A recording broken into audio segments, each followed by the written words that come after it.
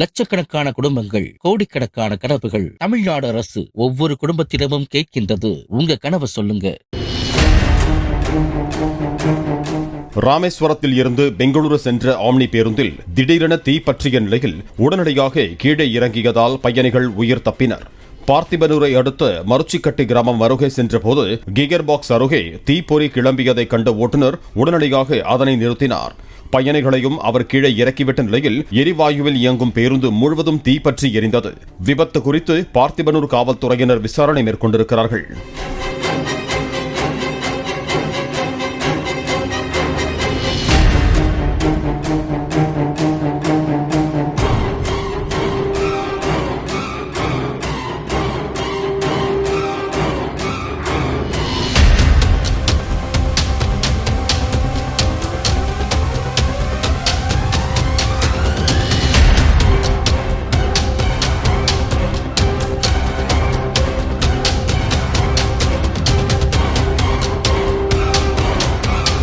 லட்சக்கணக்கான குடும்பங்கள், கோடிக்கணக்கான கனவுகள். தமிழ்நாடு அரசு ஒவ்வொரு குடும்பத்திடமும் கேட்கின்றது, உங்க கனவை சொல்லுங்க.